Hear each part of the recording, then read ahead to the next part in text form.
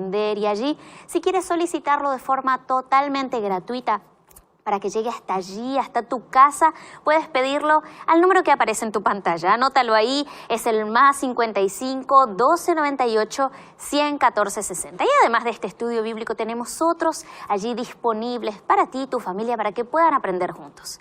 Y en el día de hoy vamos a hablar acerca de los cambios en nuestra vida. ¿Será que es fácil crear un nuevo hábito? ¿Cómo será que funciona? Y ya para dar introducción al tema de hoy vamos a ver el siguiente video. ¿Y será que es posible tener un cambio realmente de vida?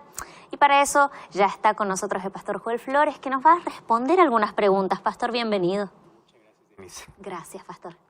Estamos listos entonces para comenzar el mensaje de hoy. Gracias por acompañarnos como siempre.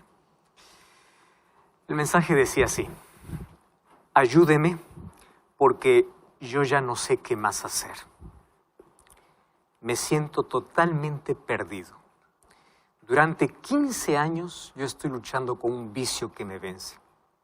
Siempre caigo en el mismo pecado. Siento que Dios ya no me ama. Siento que no merezco el perdón de Dios. Estoy perdido. Dios no puede cambiar mi vida. Estoy totalmente perdido. Uno de los tantos mensajes que llegan día a día siempre a través de las diversas plataformas o redes sociales. ¿Qué puedo hacer? Estoy perdido. ¿Sabes que desde la entrada del pecado, todos los seres humanos tenemos esa lucha? Y es una lucha imposible de controlar. Una lucha donde hacemos aquello que no queremos.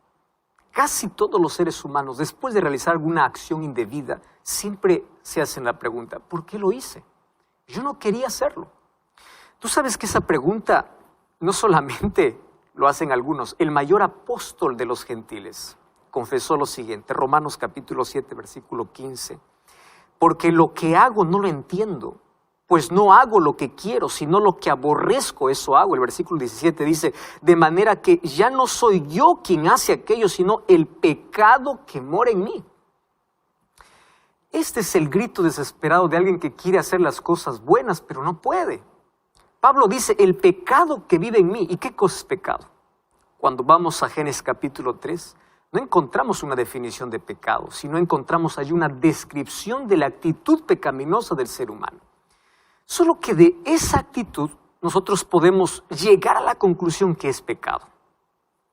Adán y Eva, cuando se vieron tentados a comer del fruto que Dios les había dicho que no deberían comer, en realidad no había nada misterioso en el fruto, porque el problema no estaba en el fruto en sí, sino en la desconfianza de los seres humanos hacia Dios. Dios había dicho una cosa muy clara, pero ellos hicieron lo contrario. Y eso, ¿sabes cómo se llama? Actitud de rebeldía. Eso es falta de sometimiento a la voluntad de Dios. Eso es lo que define Primera de Juan capítulo 3, versículo 4, como pecado es transgresión de la ley de Dios. Solo que hay un aspecto del pecado que debe quedar hoy muy claro. La primera parte dice así, todo aquel que comete pecado también infringe la ley. ¿Qué significa? Cuando Juan dice también rompe la ley, es porque el pecado, antes de ser transgresión, es otra cosa. Para entender eso tenemos que ir al jardín del Edén. Adán y Eva, antes de comer del fruto, ellos primero tenían que alejarse de Dios para seguir su propio camino. ¿Cómo? Se habían acercado voluntariamente al árbol prohibido. Y tú recuerdas cuando la serpiente se presentó, y cuando presentó el fruto, Eva, antes de comerlo, primero tuvo que dudar de la palabra de Dios y creer a Satanás. Dios había dicho así, el día que comieres de este fruto vas a morir. ¿Qué cosa dijo la serpiente? No moriréis. Entonces Eva dudó de la palabra de Dios y creyó a la serpiente. Además aceptó Eva la propuesta diabólica de ambicionar ser como Dios, porque la serpiente le dijo, seréis como dioses. Y tú sabes que Satanás colocó el mismo problema por el cual había sido echado del cielo. Lo que hizo Satanás es colocar la semilla en el corazón de Eva. Entonces allí Eva comió del fruto, aceptando la propuesta de la serpiente. ¿Cuál era la propuesta? Tú serás como Dios. ¿Y cómo acabó? En la mayor desgracia para ella y para el mundo. Porque el pecado es así. El pecado te muestra siempre una cosa bonita, placentera. ¿Y cómo terminas? En la desgracia. Y una de las cosas terribles del pecado es que te hace creer que tú no necesitas de Dios y acabas infeliz, con una vida sin sentido. Acabas en el territorio de la angustia y de la muerte. ¿Y sabes tú dónde nace el pecado? El pecado nace en la mente. Es decir, todos los pecados cometidos nacen en la mente. Es allí donde el enemigo coloca su semilla, y si tú cuidas esa semilla, un día crece, da fruto. ¿Y cuál es el fruto? Dolor, tragedia, decepción, amargura. Y Satanás coloca en tu mente primero la absurda idea de que tú puedes vivir sin Dios. Y allí coloca dos semillas. La primera semilla, la duda. La segunda, la incredulidad. Y si tú la permites crecer, entonces vienen todas las consecuencias inevitables del pecado. Hoy hay muchas personas que viven preocupadas por evitar actos pecaminosos. Los seres humanos somos curiosos porque queremos cortar los frutos, pero dejamos la raíz. Entonces de allí nacen dos conceptos de pecado. En primer lugar, hay personas que creen que no roban, no adulteran, no mienten, entonces no cometen pecado. Se justifican allí diciendo, yo soy bueno, yo soy mejor que los cristianos incluso, yo no necesito ir a una iglesia, yo no necesito de Dios porque soy una persona buena. Porque muchos piensan que pecado solamente está relacionado a matar, mentir, robar. En cambio, la Biblia dice que pecado es también no hacer aquello que tú sabes que es bueno hacer. Es interesante lo que dice Santiago 4:17. Aquel que sabe hacer lo bueno y no lo hace comete pecado. Y el apóstol Pablo en el libro de Romanos capítulo 14, versículo 23 dice, todo lo que no proviene de fe es pecado. Entonces, pecado no solamente se trata de hacer. Hay muchos que viven en pecado aún no haciendo cosas malas. A veces solo pensamos que pecado es una lista de cosas que si no hago yo ya estoy salvo. Cuando olvidamos que pecado se resume en una palabra. ¿Sabes qué es pecado? Independencia de Dios. Entonces, cuando tú no tienes una relación cercana con Dios, estás en pecado aún cuando llenes tu vida de cosas buenas. Y sabes que en algún momento van a aparecer los frutos, porque la raíz está en tu corazón. Recuerda que cuando el pecado comenzó en el cielo, Lucifer no mató, no robó, él simplemente se independizó de Dios.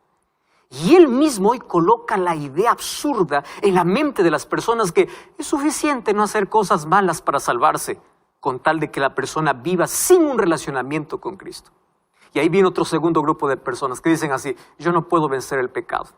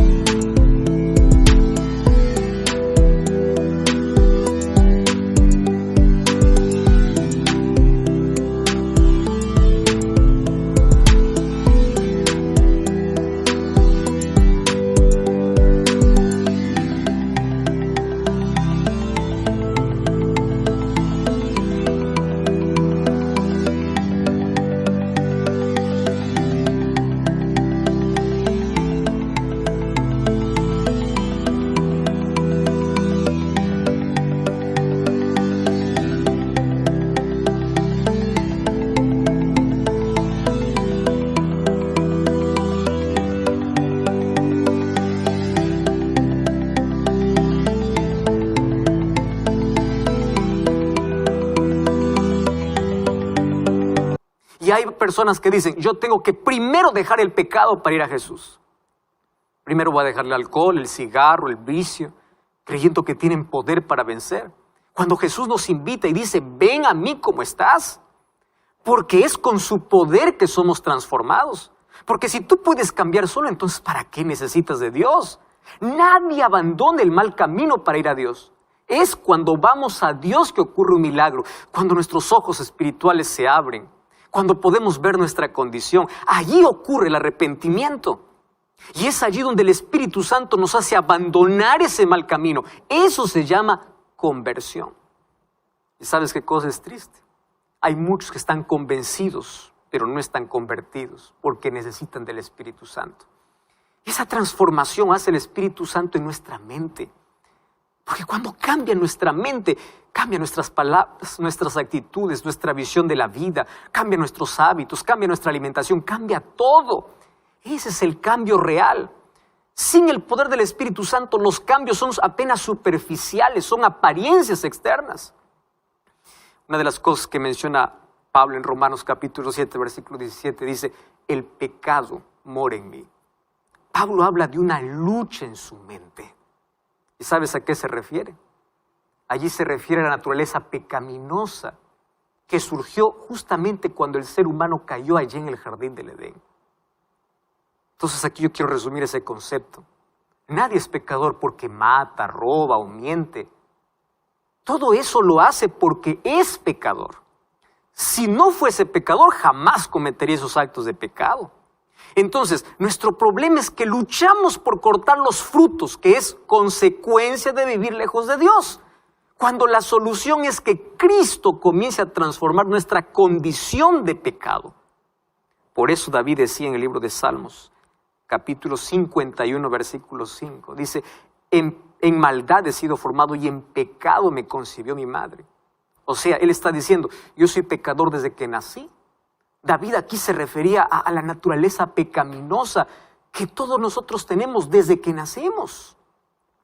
El niño ya nace con tendencia al pecado, o sea, a vivir alejado de Dios. Eso es por naturaleza. Pero nadie es culpable por haber nacido en una situación de pecado. La culpa por el pecado comienza cuando el ser humano niega la medicina para su problema. El problema no es tener la herida, el problema está en rechazar la medicina que nos puede curar. Y la medicina para nuestra condición de pecado es Jesús. No es un título, no es un grado académico, no es riqueza, no es sacrificio humano, no es una penitencia, es Cristo. Por eso Jesucristo vino a este mundo para salvarnos. Él es la única solución para el pecado. El ser humano con sus esfuerzos no consigue nada. Todo lo que puede hacer es cubrir su desnudez con miserables hojas de higuera. O como dice Jeremías, podrás amontonar jabón, podrás lavarte con lejía, pero jamás podrás quitar tu maldad a menos que permitas que Cristo te salve. Por eso es que Jesucristo cargó sobre él tu pecado y mi pecado. Y él nos libró de la condenación del pecado. Y solamente en él podemos ser justos, no por nuestras obras. Por eso es que todo lo que necesitamos es ir a Jesús, vivir en comunión con él. No existe salvación fuera de él, no existe esperanza, no existe vida, no existe nada, porque Hechos 4:12 dice, no hay otro nombre bajo el cielo en quien podamos ser salvos. Tú sabes que la vida sin Cristo es una muerte lenta. Cuando estamos separados de él, la vida no tiene sentido. Jesús dijo en Juan 15:5, separados de mí, nada podréis hacer. O sea, sin Cristo estamos completamente perdidos. Sin embargo, con Cristo no importa nuestra historia de pasado, no importa los errores pasados. Cuando tenemos un encuentro con Él, Él cambia para siempre nuestra historia. Un asesino llamado Pablo, cuando se encontró con Jesús, fue transformado de perseguidor a proclamador del Evangelio, porque para Dios no existe caso perdido. Cuando voy a la Biblia, encuentro una historia realmente impresionante en el libro de Lucas capítulo 23, versículo 33 y versículo 42. Ahí cuenta la historia de un hombre que toda su vida estaba manchada por el pecado. Y un día, por consecuencia de su pecado, estaba condenado a morir. Sin embargo, allí minutos finales de su vida, tuvo un encuentro con Cristo que le dio esperanza y salvación. Tú sabes que de Jerusalén salían dos caminos, uno para Jericó y otro para el monte Calvario. El camino a Jericó era peligroso porque ahí estaba lleno de ladrones, guaridas de malhechores listos para hacer daño. Allí en ese camino habían criminales con una vida depravada que justificaban sus actitudes, una vida miserable, una vida vacía. Y esos criminales se olvidaban que un día por haber elegido ese camino tendrían que subir otro, que era el camino al Calvario, para pagar todo lo que hicieron.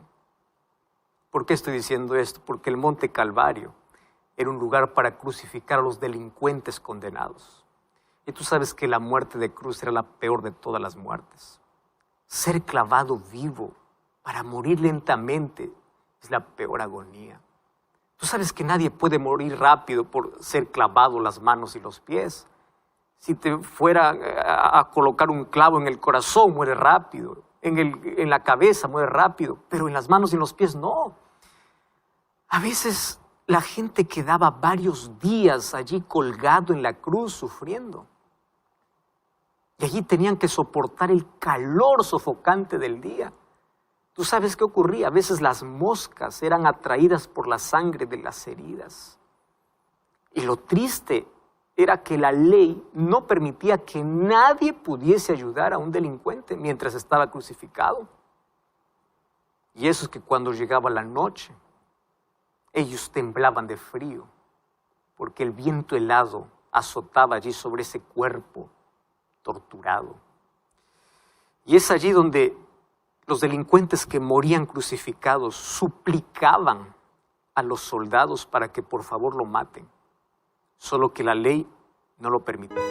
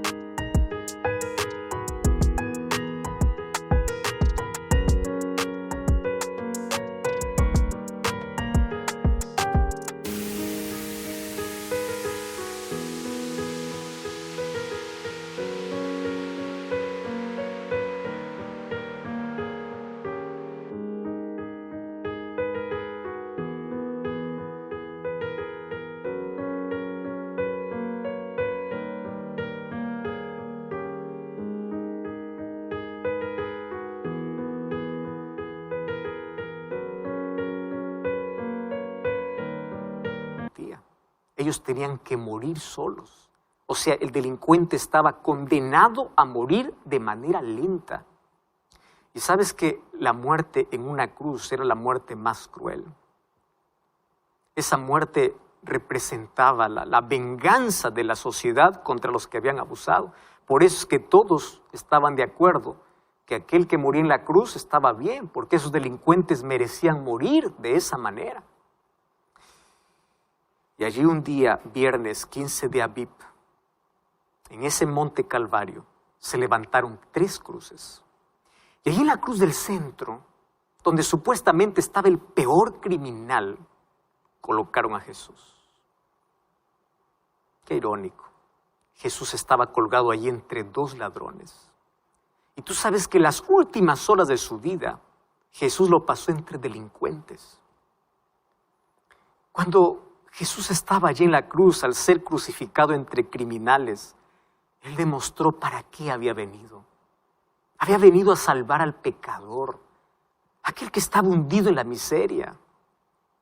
Había venido aquí para salvar a aquel que se siente perdido, aquel que tiene un pasado que les persigue, aquellos que sienten que no merecen nada.